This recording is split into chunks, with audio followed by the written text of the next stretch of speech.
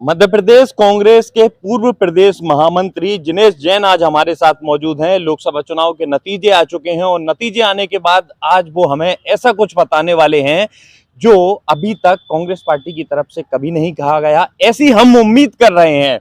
जिनेश जैन जी, आपका बहुत बहुत स्वागत है। धन्यवाद सूरज जी। हम आपसे ये जानना चाहेंगे, लोकसभा चुनाव के नतीजे आ चुके हैं, पूरे देश में कांग्रेस ने पहले से बेहतर प्रदर्शन किया है, तो अब क्या उम्मीद लगती है आपको? कांग्रेस किस दिशा में जा रही है और जा सकती है? झूठे नारे गुने जा रहे थे और फालतू के जुमलों से देश को चलाया जा रहा था और देश की जनता इस बात को समझ चुकी थी और इस देश की जनता की भावना को समझते हुए राहुल गांधी जी ने अपना जो कैंपेन रखा वो जनता के आसपास रखा, जनता के बीच रखा। बहुत लो प्रोफाइल होकर चुनाव लड़ा गया। आप जानते हैं कि कांग्रेस पार्टी लंबे समय से सत्ता में नहीं है और कांग्रेस बहुत दीनहीन स्थिति से गुजर रही है। वर्तमान में आप देखें तो मध्य प्रदेश के अंदर कांग्रेस की एक भी सीट नहीं आई है। हमारा संगठन ढांचा पूरी तरह ध्वस्त किया जा चुका है। कांग्रेस पार्टी के जो कद्दावर नेता थे उन्होंने डर, भय, तमाम तरह की लालच, प्रलोभन देकर अपनी पार्टी में सम्मिलित कर लिया गया। तो ऐसी स्थिति के बाद भी आज कांग्रेस अपना बेहतर परफॉर्म करने में सफल हुई।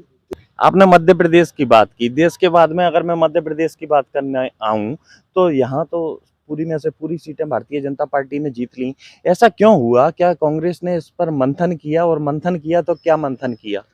मेरा इस मामले में स्पष्ट मानना है कि कांग्रेस प्रदेश स्तर पर कांग्रेस ने जिन लोगों को जिम्मेदारी दी थी उन्होंने निश्चित तौर पर संगठन के साथ बेईमानी की और कांग्रेस के साथ बेईमानी की।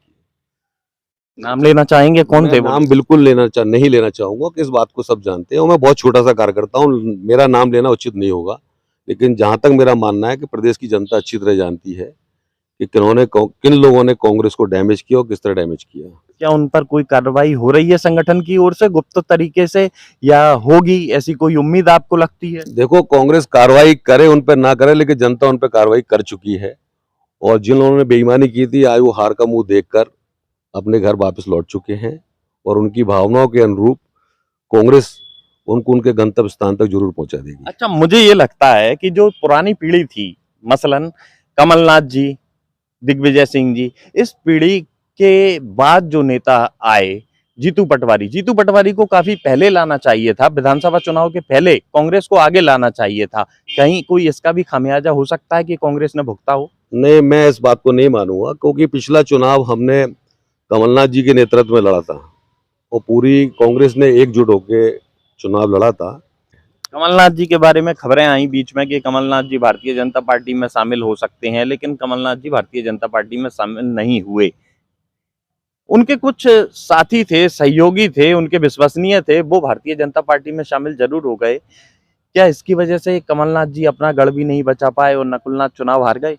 बिल्कुल 100% आप बिल्कुल सही कह रहे हैं कि जो मानस बना, जो परसेप्शन बना, उसका खामियाजा उनको भुगतना पड़ा। कि अनिश्चितता की स्थिति रही, पहले उन पर आरोप लगा।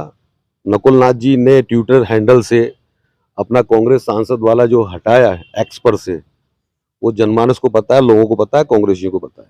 समाजवादी पार्टी के नेता अखिलेश यादव, जिनके बारे में चुनाव के दौरान कमलनाथ जी ने कहा था कि कौन अखिलेश वखिलेश, क्या इस बात का असर पड़ा? अब अखिलेश जी ने बता दिया है कि कौन अखिलेश हैं। बहुत बड़े नेता बन के उभरे हैं अखिलेश यादव उत्तर प्रदेश में, और कमलनाथ जी कह रहे थे कौन अखिलेश वखिलेश।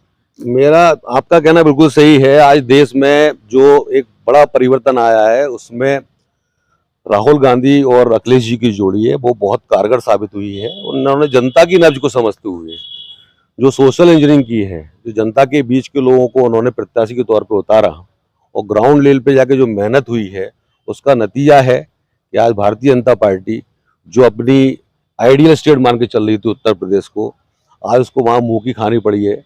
और आज वहाँ पर चुनाव करा लिए जाएं तो निश्चित तौर पर अखिलेश और राहुल जी की जोड़ी निश्चित तौर पे विधानसभा चुनाव भी हो जाती है, निश्चित तौर पे सत्ता में आ जाएगी।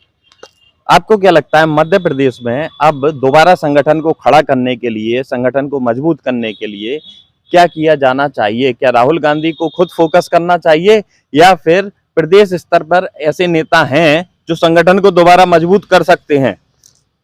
निश्चित तौर पर जिन प्रदेशों में कांग्रेस की हालत बहुत खस्ता है, जिनमें प्रथम नंबर पर मध्य प्रदेश आता है, दूसरे नंबर पर छत्तीसगढ़ आता है, राजस्थान ने तो काफी अच्छा परिणाम दिया, अपेक्षा से हट के परिणाम दिया।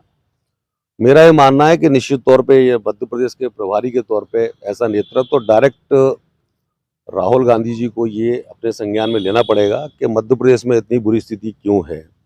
वर्तमान में हमारे प्रदेश अध्यक्ष काफी युवा हैं, चूंकि उनको अभी उतना समय नहीं मिला है कि वो जनता के बीच में जाके काम कर सकें। और मेरा मानना है कि आगे कांग्रेस निश्चित तौर पर जमीनी स्तर पे, धरातल स्तर पे काम कर रहे कार्यकर्ताओं को, जो आम आदमी है उसकी भावनाओं के समझने वाले, जो समाज सेवा के क्षेत्र में काम कर रहे हैं, ऐसे लोगों को निकाल के लेके आएंगे जो जनता के दिलों पर राज करते हैं और जनता के बीच जाके काम करने में विश्वास करते हैं। ऐसे लोगों को संगठन में स्थान मिलेगा, तब निश्चित तौर पर जाके कांग्रेस फिर खड़ी हो पाएगी।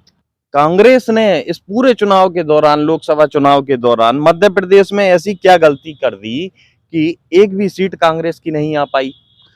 देखिए, प्रथम तो ये है कि भारतीय जनता पार्टी लंबे समय से मध्य प्रदेश में शासन में है और भारतीय जनता पार्टी का काम करने का तरीका और कांग्रेस का काम करने का तरीका में बहुत अंतर है। भारतीय जनता पार्टी उन सारे संसाधनों का उपयोग करती है, इसमें ईडी, सीबीआई, पुलिस, जो भी डिपार्टमेंट है, उसके कारण मैं स्वीकार करता हूं कि मध्य प्रदेश में संगठनात्मक ढांचा जो है वो पूरी तरह से ध्वस्त है आज की स्थिति में। हमारे कार्यकर्ता बिल्कुल खुले मन से काम नहीं कर पाए क्योंकि बहुत सारा दबाव उनके ऊपर रहता है, पुलिस की कार्रवाइयों का, जो बिजनेसमैन है उसके पास इनकम टैक्स का, जीएसटी का, इस तरह के दबावों के बाद प्लस लगातार हार के कारण हमारे कार्यकर्ताओं का मनोबल तो टूटा हुआ है। अब जरूरत है हमें कि हम ये मान के चलें कि प्रदेश में हमको कांग्रेस की शुरुआत जीरो से करना है। हम जीरो से शुरुआत करके फिर से नए सिरे से कांग्रेस को खड़ा करेंगे, अच्छे कार्यकर्ताओं को साथ मिलेंगे, अच्छी छवि के कार्यकर्ताओं को साथ मिलेंगे, सामाजिक क्षेत्र में कार्य कर रहे लोगों को, समाज सेवा में जो लोग बहुत अग्रणी हैं लेकिन किसी भी दल से वो जुड़े नहीं हुए, हमारी कोशिश रहेगी कि उनको हम अपने साथ में जोड़ें